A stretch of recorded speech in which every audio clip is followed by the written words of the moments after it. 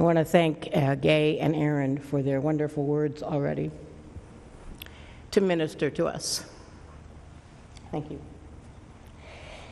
And by the way, I hope you'll be generous to give the plate for the center for the next couple of weeks, because one of the things we've decided to do is we're giving our center to the Black Lives Matter movement, so that they will have a space to gather, to organize, to teach.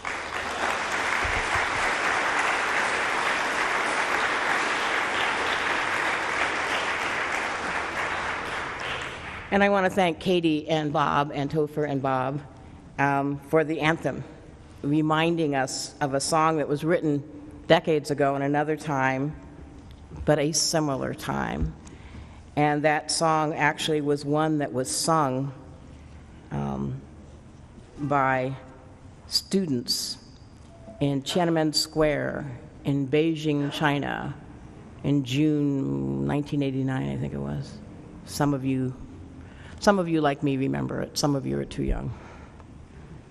We the people, hand in hand, we the people will be heard. It's time to heal the pain. It's time to hear the voices that have risen once again. So these are difficult times, and the events of this week have been shocking. And yet, I feel like we've been in a traumatic shock for quite a while now. I'm not sure when it goes back to. Maybe we're just a traumatized society. And now the political climate, our campaigns, people believe it's okay in public to use hate speech and insults in their discourse. And everyone does seem to see the world made up of sides that you either fight with or against.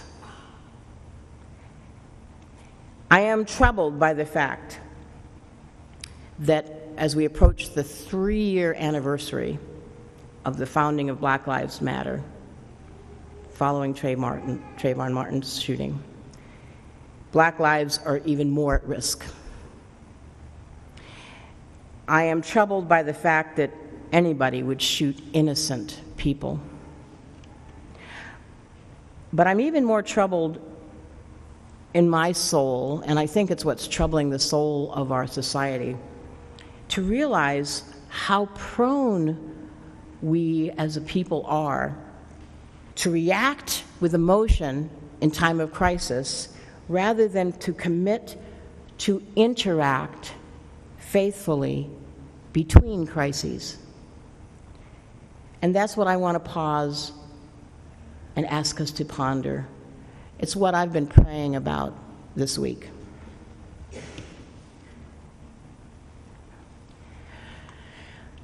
There's a story in our Christian account of the days after Jesus' crucifixion, when some of the disciples told the others that they had seen Jesus risen from the dead. They were all amazed except one, Thomas, doubted. It wasn't until Jesus approached and appeared in front of Thomas, and Thomas still didn't believe, and Jesus had to prove it, that Thomas began to get it. Jesus said, "Put your finger here and see my hands. And put out your hand and place it in my side. Do not disbelieve, but believe." And Thomas said, "My Lord and my God, I get it. It's you." And Jesus said to him, "Have you believed because you've seen me? Blessed are those who have not seen and yet believed. Blessed are those of you who didn't need to see the smartphone video to believe what people of color have been telling us. Blessed are you who have been working faithfully, endlessly, oftentimes discounted, oftentimes ignored, but have been working faithfully to end racism, to solve the problems of economic disparity, to stop violence, to work for peace and justice. Blessed are you who have been doing this all your lives, even before you could reach out and put your hand in the wound, even before you saw it on your TV, which proved it was true. Blessed. And I know I'm talking to a lot of blessed folks here. Now, I could be preaching to you about why Black Lives Matter, or why our violent society has to change.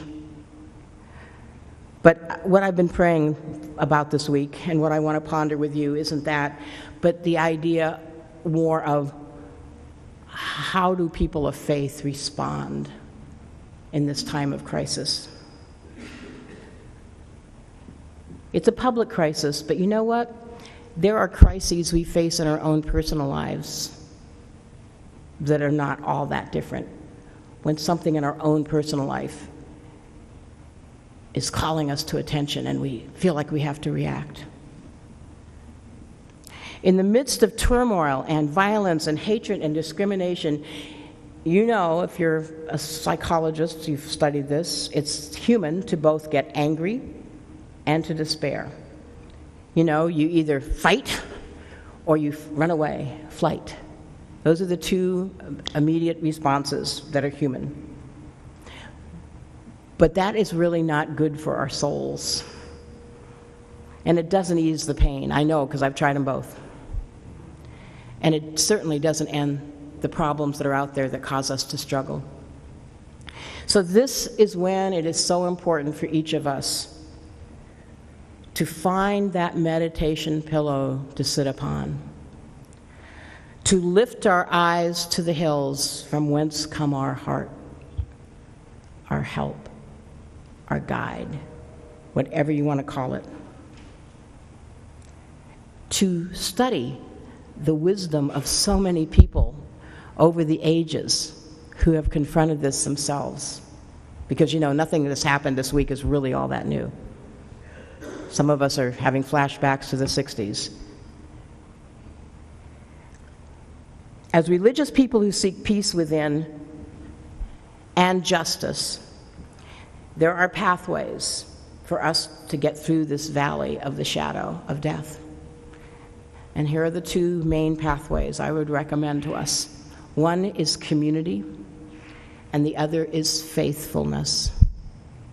So community, so many of us, and I'm preaching to all you here, you're here, have found that we need each other to work with. We need our neighbors to talk with, different religions, different races, different ethnicities, different economic classes. We need each other to talk with, and not just at times of crisis, but all the time, day in and day out. We need each other. One of the people that recently has been helping me in the past several years stay in this struggle and not just run away, to keep on keeping on, is William Barber. He's the president of the NAACP in North Carolina. I first experienced his work about 3 years ago and have traveled with some of you to North Carolina, and he was in Birmingham with us at the anniversary of Selma, and he's been at General Assembly with us. He is a powerful leader. He's a Christian preacher, but he also knows community. He's been organizing in his state for more than a decade. And the last few years ago, he launched Moral Mondays when North Carolina began backtracking on all its promises to the people. North Carolina was cutting funding to schools and putting up barriers to voting and refusing federal money for health care. Oh, that sounds like Virginia. Barber believes in fusion organizing. He believes in bringing people together from all different causes to rise above what the issues are and come together and become a powerful group of people. And when I walk with crowds he gathers, I'm looking at Sheila, Sheila's walked with me with crowds he's gathered, I am in the middle of blue-collar workers and labor organizers, teachers, healthcare professionals, LGBT folks, religious leaders of all faiths and colors, immigrants, more and more and more, are coming in to his fusion in its amazing coalition of groups. There's no one more skilled than the Reverend Dr. Barber at organizing. And he does it through nurturing relationships. Not waiting for crises, but just constantly being in touch and relating and bringing people together. So that's one thing. The second thing is faithfulness. I gotta say, another thing that's really kept me grounded in the last few years, so I don't just run away or just get mad at everybody all the time. You wouldn't want to see me just mad all the time. Some people see me mad a little bit, but I'm not fun when I'm mad all the time. Is when I have been able to be in my interfaith group, Voice, Virginians Organized for Interfaith and Community Engagement, and I listen to my colleagues speak of their faith, of what inspires them, of what religious writings matter to them, and what modern insights they have been preaching to their congregations. I get to hear it from many, many different points of view, and it is so inspirational to me. Dr. Barber actually claimed my attention first with his amazing ability to lift hearts and minds above each issue and to remember and to remind me that we are people who are called by God, or whatever it is that brings you to church on Sunday, whatever it is that you call the transcendent spirit that moves you. We are called by that something. And he reminds us to travel always on a moral high road. And he reminds us that religious texts provide us with words of prophecy and hope, so we should not ever forget them. And he reminds us that the struggle against oppressive powers is not just what's going on right now, and it's not just in this nation. It's existed in all times and around the world. It's a large, big struggle. And so he reminds us that we need to have a response that he calls a moral response, where we can be a voice of conscience, so that when we feel despair or anger, we don't just run and we don't just lash out. We know there's another way. He is believing right now that we are being invited. Some people would say by God. Other people would just say it's the crisis that's happening is inviting us. But it's a great opportunity for us to add a new and better chapter to the story of humankind. What an amazing invitation to each of us. He urges us, hold on to the faith that moral movements can make a difference. Hold on. As long as we keep on the higher ground, hold on. Keep connected with one another in community and hold on. Don't allow the snares and cares of the world to distract us. Hold on.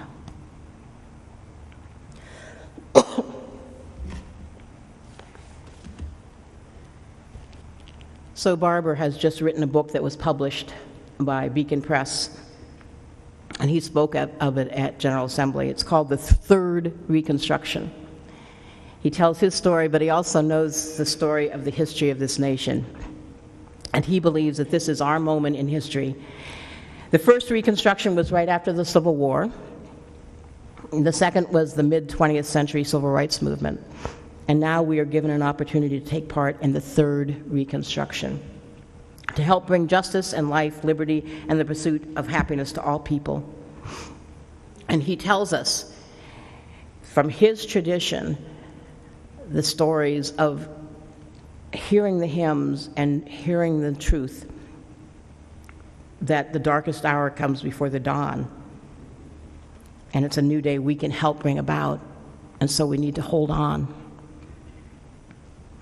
So you can get a copy of this book. You can go to the UUA.org website, and of course at the latest connections I put in a link to his site where you can see all the things he's going to be doing. He's creating a moral revival around the country.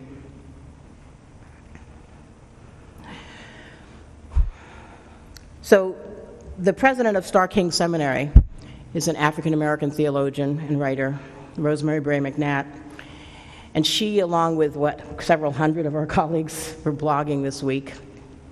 And she said this to us: "What now? What do we do now?" She says, "Remember, our primary task as people of faith, we go on. Unclear, unsure, largely unprepared, we go on. We cannot know who will win an election or who will declare a war. We can, however, know and live our own intentions. We can look at what is evil and not turn away. And we can speak peace to a world that delights in conflict."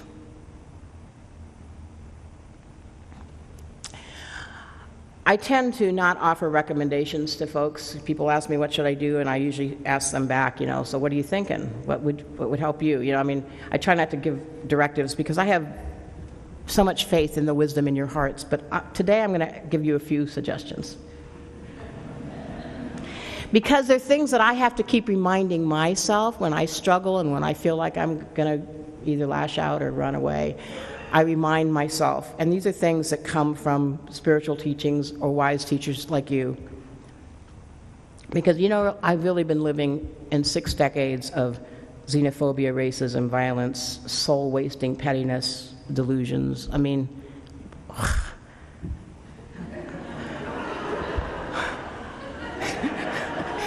So here's the thing I've been saying to myself, and I'm going to say it to you. Number one, it's 5 things. There's an old Charlie Brown story where Lucy is trying to get Linus to do something for her, and he goes, "Well, give me one good reason why I should." And she says, "I'll give you 5 good reasons." And he goes, "Those are very good reasons." I'm going to give you 5 good tips that'll keep your hand open to the world. Not that. 1, don't panic. The Dalai Lama taught me that one. When you feel most in turmoil, remember to breathe, to sit on your meditation cushion, and stay there until you're centered again. Don't panic. 2, don't cause harm. There's already so much pain in the world. When people feel upset or harmed, sometimes the first thing they'll do is lash out, or blame you, or blame themselves. If I can learn how not to attack others or myself when I'm unhappy, I can at least say I didn't spread the harm. Anger is real, but let us try to maybe direct it to the heavens. The heavens can absorb it, and not to another vulnerable person. 3, give voice to your heart, your values, the truths that need to be said. Maybe lost in all the drama of what we've just been going through, did you hear that Elie Wiesel died? He was a great, great person. He's the one who survived the Holocaust and brought the truth of the horrors of what he experienced to us, but then also spread it to the knowledge that you have to watch out for genocide and Holocaust everywhere in the world, and that people must speak out when there's injustice. He said, "Don't allow silence. Don't allow silence." So don't panic, don't hurt anybody, and give voice. The 4th thing is just to keep on holding on, reaching out to others' hands, so that while you're trying to hold on, if you lose your way, you've got somebody to hang on to keep you on the path. Or when you start to sink under the water of despair, a friend can pull you up because they've got your hand. So you need to stay in relationship. It's like hold hands. We tell kids, hold my hand while we're crossing the street. Hold hands all the time. Don't just come together for Facebook-inspired hysteria. Get into real relationships with people who are working to end justice. They are all around you. So come to church. You're doing it good. Work with our many groups who right now and for years have been in partnerships with the community. People like the Dream Project, people like Peace Camp, people like Voice, people like Vakala. Come to church, work with groups, partner with people in the community, know people. And I'm going to tell you this is not one of the four, but I'm going to put it on my list right now. Pull out your calendars on your smartphones. None of you have your smartphones here? Put October 16, 2016, 4 o'clock. October 16, 2016, that's this October, 4 o'clock. Because Voice, this interfaith group of people, is putting together a huge interfaith action, 2,000 folks or more. And we're meeting with elected officials, including Governor McAuliffe. And we are going to proclaim Voice's commitment to work for a new era of justice in this old dominion. We are going to tell them what we see is their moral obligation to do, because we are the moral faith voices. And we're working with faith communities of color who are inviting all people of faith to join them to express and articulate this moral voice. So if you join with those 2,000 other folks, believe me, you will be seen and heard. So don't panic. Don't harm. What was number 3? Give voice. Thank you. Keep holding on. And number 5, meditate on love. Nurture love. Focus on love. Work for love. Sing love. Walk love. Talk love. Preach love. Dream love. Love, love. You know, the UUA's had a slogan, standing on the side of love, and we're really famous now with our yellow shirts. But I've been thinking that's too limited. First of all, not everybody can stand. Second of all, that's only one verb. I think there's, gazillion ways you can do love. Everything should be love. And in fact, I don't even like the side of love, because they're trying to say, don't be on this side or that side, be on the side of love. I sort of feel like there's no sides with love. There's no pro or con with love. It's so inherently tough in this world to have to choose this side or that side. If you live and sing and walk and talk in love, you are not on a side, you are in the heart. You are in the heart of each person.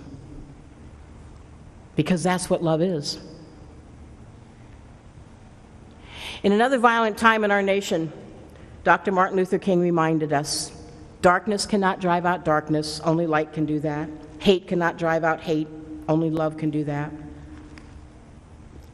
It's time for us to remember that love will guide us on our journey. I know that it's human to feel like fighting or fleeing, shouting or crying. And I get it that we are more upset when a crisis happens. It's more upsetting to us. That's human. But you know what? It's also exhausting to our emotional system and our adrenaline. Because Baghdad, Jerusalem, Guatemala, Ferguson, Baton Rouge, Orlando, Minnesota, Dallas, Virginia Tech, Columbine, Palestine, Selma, Stonewall, Trail of Tears, Middle Passage, the hits to humanity just keep on coming. So there's got to be another way to respond than simply getting riled up or sticking our heads in the sand. The only way to respond, I believe, is to find that middle path, that moral highway, that way of love that keeps us centered and keeps us holding on, holding on, holding on.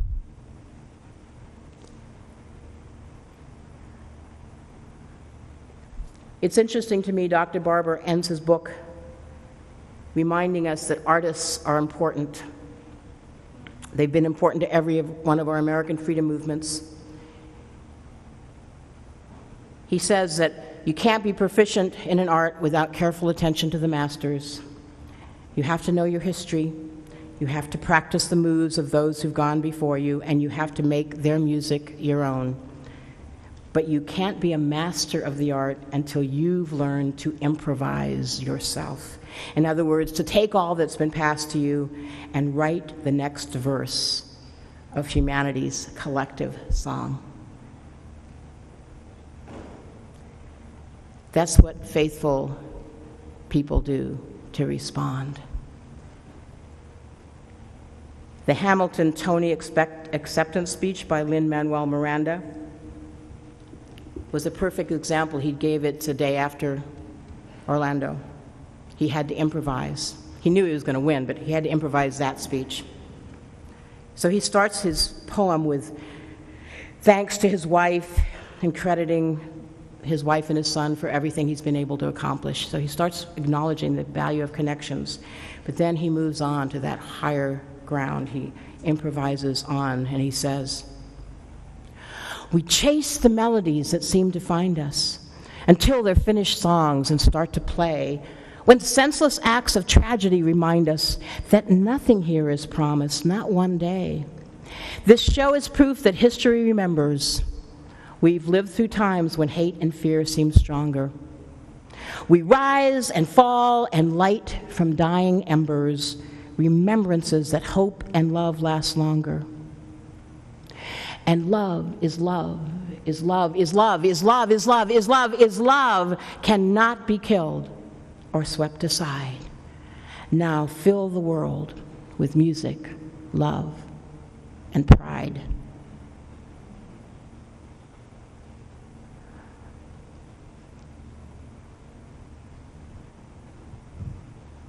May we all find a high ground of moral compassion so that we may respond strong and centered and fill the world with music and love. Amen.